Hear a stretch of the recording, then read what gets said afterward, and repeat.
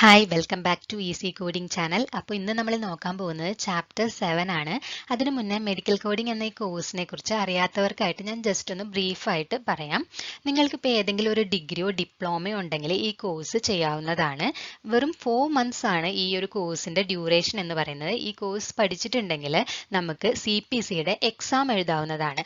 അതായത് certified professional കോഡറിൻ്റെ exam എഴുതാവുന്നതാണ്. ഈ എക്സാം എഴുതി പാസ്സായിട്ടുണ്ടെങ്കിൽ നമുക്ക് AAPCയുടെ സർട്ടിഫിക്കറ്റ് ലഭിക്കും.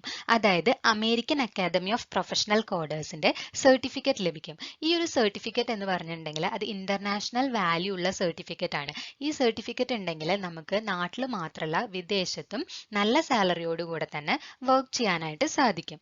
ഇനി മെഡിക്കൽ കോഡിംഗ് എന്ന് പറഞ്ഞിട്ടുണ്ടെങ്കിൽ ഒരു പേഷ്യന്റിന്റെ എല്ലാ മെഡിക്കൽ ഡീറ്റെയിൽസും, അതായത് ആ പേഷ്യന്റിന്റെ അസുഖം, ആ പേഷ്യന്റിന് ചെയ്തിട്ടുള്ള ട്രീറ്റ്മെന്റ്സ്, അതുപോലെ എന്തെങ്കിലും പ്രൊസീജിയേഴ്സ് ചെയ്തിട്ടുണ്ടെങ്കിൽ അങ്ങനെ ആ പേഷ്യന്റിന്റെ എല്ലാ മെഡിക്കൽ ഡീറ്റെയിൽസും നമ്മൾ യൂണിവേഴ്സലി അക്സെപ്റ്റഡ് ആയിട്ടുള്ള ആൽഫ ന്യൂമറിക് കോഡ്സ് ആക്കി മാറ്റുന്നതിനെയാണ് നമ്മൾ മെഡിക്കൽ കോഡിംഗ് എന്ന് പറയുന്നത്.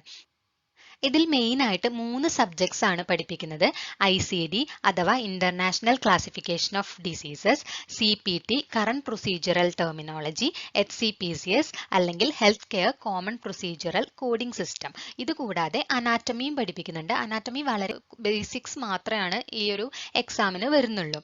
അപ്പോൾ ഇത്രയും സബ്ജക്റ്റ് ആണ് പഠിപ്പിക്കുന്നത്. ഇനി ഇതിന്റെ ഒരു എക്സാമിനെ കുറിച്ച് പറയുകയാണെങ്കിൽ 150 ക്വസ്റ്റ്യൻസ് ആണ് ഉണ്ടാവുക. അതെല്ലാം ഒബ്ജക്റ്റീവ് ടൈപ്പ് ആണ്. ഓപ്ഷൻസ് ഉണ്ടാവും.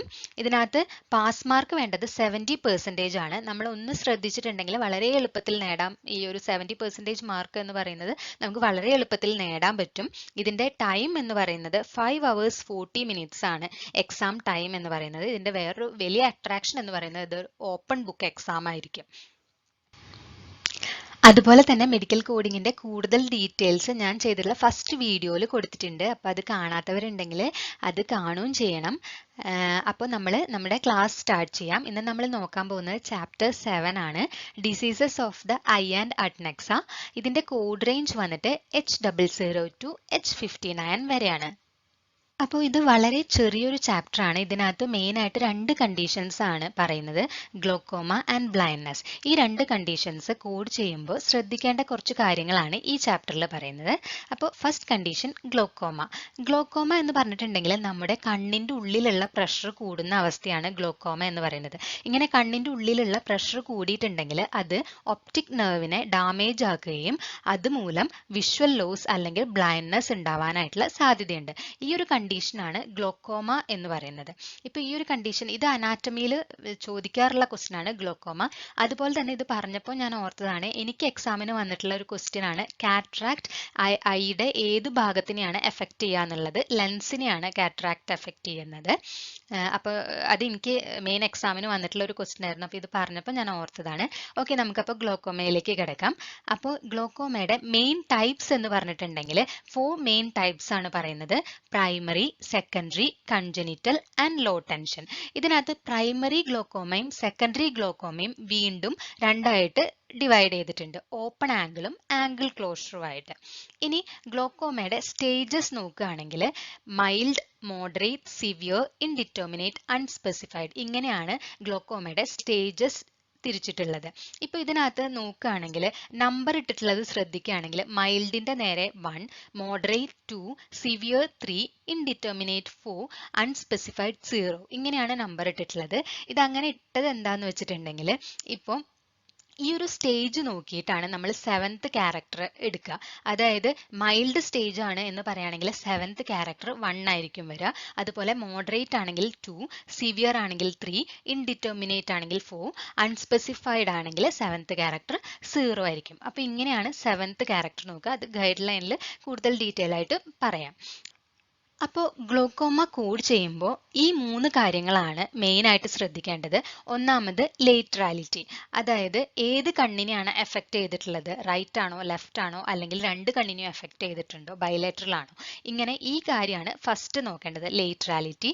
രണ്ടാമത് അതിൻ്റെ ടൈപ്പ്, അത് ഏത് ടൈപ്പ് ആണ് എന്നുള്ളത്, primary, secondary, congenital, low tension, അല്ലെങ്കിൽ പ്രൈമറിയിലും സെക്കൻഡറിയിലും ഓപ്പൺ ആംഗിളോ ആംഗിൾ ക്ലോഷറോ, അങ്ങനെ ഏത് ടൈപ്പ് ആണ് എന്നുള്ളത് ശ്രദ്ധിക്കണം.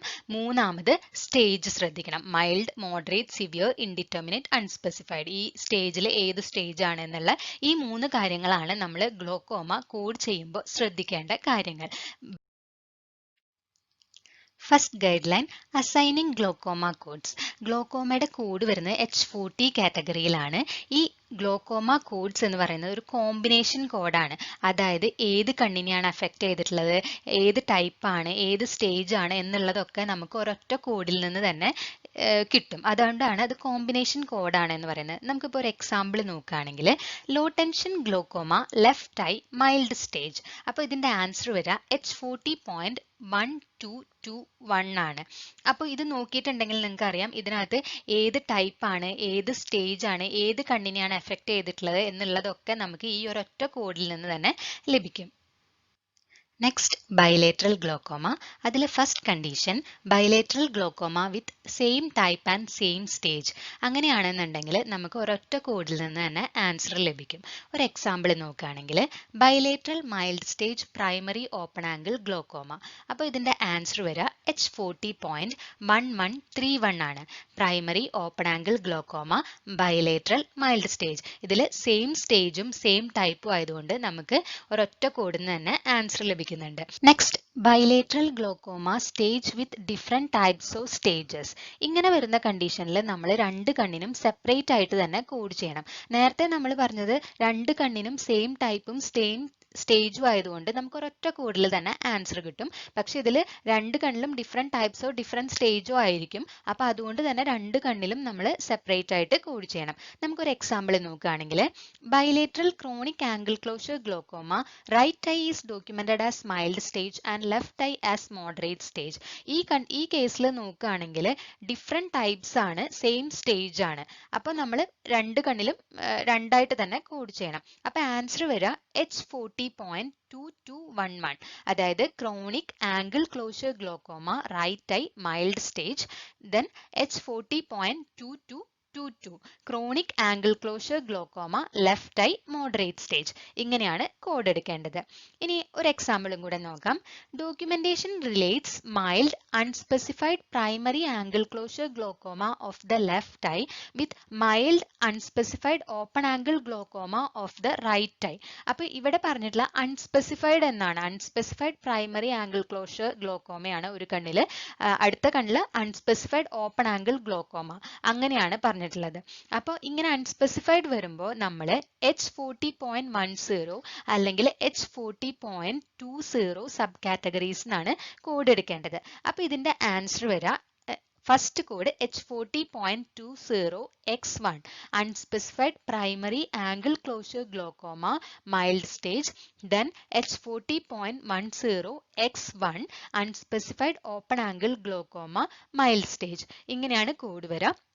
അപ്പോൾ ഇതിനകത്ത് 7th ക്യാരക്ടർ 1 ആണ് വന്നിട്ടുള്ളത്. മൈൽഡ് സ്റ്റേജ് ആണ് രണ്ട് കണ്ണിലും, അതുകൊണ്ട് തന്നെ 7th ക്യാരക്ടർ 1 ആണ് വന്നിട്ടുള്ളത്. അതിന്റെ തൊട്ട് മുന്നത്തെ, അതായത് 6th ക്യാരക്ടർ നമ്മൾ X ആയിട്ട് കൊടുത്തിട്ടുണ്ട്. അപ്പോൾ ഈ ഒരു കോഡ് എടുത്ത് നോക്കുമ്പോൾ അതിനകത്ത് 7 ക്യാരക്ടേഴ്സ് ഉണ്ട് എന്ന് പറയുന്നുണ്ട്. അപ്പോൾ 7 ക്യാരക്ടേഴ്സ് ഉണ്ടാവണം എന്നുണ്ടെങ്കിൽ നമ്മൾ അപ്പോൾ H40.20 വരെയാണ് കോഡിലുള്ളൂ. അപ്പോൾ നമ്മൾ അടുത്ത ക്യാരക്ടർ നമ്മൾ X ആയിട്ട് എടുക്കണം. 7th ക്യാരക്ടർ 1 ആണെന്ന് നമുക്കറിയാം. അപ്പോൾ അതിന് മുന്നേ ഉള്ള ക്യാരക്ടർ X ആയിട്ട് എടുക്കണം. അത് ഏത് കോഡ് എടുക്കുമ്പോഴാണെങ്കിലും അങ്ങനെ തന്നിട്ടുണ്ടെങ്കിൽ നമ്മൾ ഫില്ല് ചെയ്യേണ്ടത് X എന്നുള്ള ഒരു ലെറ്റർ ആണ് നമ്മൾ ഫില്ല് ചെയ്യേണ്ടത്. Next, patient admitted with glaucoma and stage evolves during the admission. അതായത് ഇപ്പോൾ ഒരു പേഷ്യന്റ് അഡ്മിറ്റ് ആയിട്ട് ഗ്ലോക്കോമയായിട്ട് അഡ്മിറ്റ് ആയിട്ട് സ്റ്റേജ് പ്രോഗ്രസ് ചെയ്യാണ് എന്നുണ്ടെങ്കിൽ നമ്മൾ ഏറ്റവും ഹയസ്റ്റ് സ്റ്റേജ് ആണ് ഡോക്യുമെന്റ് ചെയ്യേണ്ടത്. അതായത് ഒരു എക്സാമ്പിൾ പറയുകയാണെങ്കിൽ, ഇപ്പോൾ മൈൽഡ് സ്റ്റേജ് ആയിട്ടാണ് ഒരു പേഷ്യന്റ് അഡ്മിറ്റ് ആയിട്ടുള്ളത്. എന്നിട്ട് ഹോസ്പിറ്റൽ അഡ്മിഷൻ ടൈമിൽ അത് സിവിയർ ആയി, ഗ്ലോക്കോമയുടെ സ്റ്റേജ് സിവിയർ ആയി എന്നുണ്ടെങ്കിൽ നമ്മൾ ആ സിവിയർ സ്റ്റേജ് ആണ് കോഡ് ചെയ്യേണ്ടത്. ഇനി അടുത്ത condition, indeterminate stage glaucoma. Indeterminate stage എന്ന് പറഞ്ഞിട്ടുണ്ടെങ്കിൽ നമ്മൾ 7th ക്യാരക്ടർ 4 ആയിട്ടാണ് എടുക്കേണ്ടത്. അതായത് ക്ലിനിക്കലി ഡിറ്റർമിൻ ചെയ്തിട്ടില്ല, അങ്ങനെയുള്ള കണ്ടീഷനിൽ നമ്മൾ 7th ക്യാരക്ടർ 4 ആയിട്ടാണ് എടുക്കേണ്ടത്. അതുപോലെ തന്നെ ഇപ്പോൾ അൺസ്പെസിഫൈഡ് എന്നാണ് പറയുന്നത്, അതായത് ഡോക്യുമെന്റ് ചെയ്തിട്ടില്ല, അതിന്റെ സ്റ്റേജ് ഡോക്യുമെന്റ് ചെയ്തിട്ടില്ല അല്ലെങ്കിൽ അൺസ്പെസിഫൈഡ് ആണ് എന്ന് പറയുകയാണെങ്കിൽ നമ്മൾ 7th ക്യാരക്ടർ 0 ആയിട്ടാണ് എടുക്കേണ്ടത്. Next, blindness. രണ്ട് കണ്ണിലും ബ്ലൈൻഡ്നെസ്സോ അല്ലെങ്കിൽ ലോ വിഷനോ ഡോക്യുമെന്റ് ചെയ്തിട്ടുണ്ട്, പക്ഷേ വിഷ്വൽ ഇമ്പയർമെന്റ് കാറ്റഗറി എത്രയാണെന്ന് ഡോക്യുമെന്റ് ചെയ്തിട്ടില്ല എങ്കിൽ നമ്മൾ H54.3 കോഡാണ് ഇടുക, അതായത് unqualified visual loss both eyes. ഇനി ബ്ലൈൻഡ്നെസ്സോ ലോ വിഷനോ ഒരു കണ്ണിൽ ഡോക്യുമെന്റ് ചെയ്തിട്ടുണ്ട്, ഏതെങ്കിലും ഒരു കണ്ണിൽ ബ്ലൈൻഡ്നെസ്സോ ലോ വിഷനോ ഉണ്ട് എന്ന് ഡോക്യുമെന്റ് ചെയ്തിട്ടുണ്ട്, പക്ഷേ വിഷ്വൽ ഇമ്പയർമെന്റ് കാറ്റഗറി എത്രയാണെന്ന് ഡോക്യുമെന്റ് ചെയ്തിട്ടില്ല എന്നുണ്ടെങ്കിൽ നമ്മൾ H54.6 കാറ്റഗറി കോഡാണ് ഇടുക, അൺക്വാളിഫൈഡ് വിഷ്വൽ ലോസ് 1 ഐ. ഇനി ബ്ലൈൻഡ്നെസ്സോ വിഷ്വൽ ലോസോ ഡോക്യുമെന്റ് ചെയ്തിട്ടുണ്ട്, പക്ഷേ ഏത് കണ്ണിനാണെന്നോ അല്ലെങ്കിൽ രണ്ട് കണ്ണിനോ എഫക്ട് ചെയ്തിട്ടുണ്ടോന്നോ അങ്ങനെ ഒന്നും പറഞ്ഞിട്ടില്ല. ജസ്റ്റ് ബ്ലൈൻഡ്നെസ് അല്ലെങ്കിൽ വിഷ്വൽ ലോസ് ഉണ്ട് എന്ന് മാത്രമേ പറഞ്ഞിട്ടുള്ളൂ എന്നുണ്ടെങ്കിൽ നമ്മൾ H54.7 കാറ്റഗറി കോഡാണ് ഇടുക, അൺസ്പെസിഫൈഡ് വിഷ്വൽ ലോസ്. ഈ കോഡാണ് ഇടുക. ഇനി ഒരു എക്സാമ്പിൾ നോക്കാം. Patient assessment indicates moderately impaired or low vision in the left eye with no visual impairments in the right eye. ഈ കേസിൽ ഒരു കണ്ണിൽ മാത്രമാണ്, ലെഫ്റ്റ് ഐയിൽ മാത്രമാണ് ലോ വിഷൻ ഉണ്ട് എന്ന് പറഞ്ഞിട്ടുള്ളത്. അതുപോലെ തന്നെ അതിനകത്ത് വിഷ്വൽ ഇമ്പയർമെന്റ് കാറ്റഗറി എത്രയാണെന്ന് പറഞ്ഞിട്ടുമില്ല. അപ്പോൾ നമ്മൾ നേരത്തെ പഠിച്ചു H54.6 കാറ്റഗറി എന്നാണ് ഇങ്ങനെയുള്ള കേസിൽ കോഡ് എടുക്കുക എന്നുള്ളത്. അപ്പോൾ ഇതിന്റെ ആൻസർ വരിക H54.62 ആണ്, unqualified visual loss left eye, normal vision in right eye. അപ്പോൾ ഇത്രയേ ഉള്ളൂ ഈ ചാപ്റ്ററിലെ ഗൈഡ് ലൈൻ. അപ്പോൾ എല്ലാവർക്കും മനസ്സിലായിട്ടുണ്ട് എന്ന് വിചാരിക്കുന്നു. നമുക്ക് നെക്സ്റ്റ് ക്ലാസ്സിൽ അടുത്തൊരു ചാപ്റ്റർ നോക്കാം. അപ്പോൾ ഈ ക്ലാസ് യൂസ്ഫുൾ ആണെങ്കിൽ please like, share and subscribe. Thank you for watching.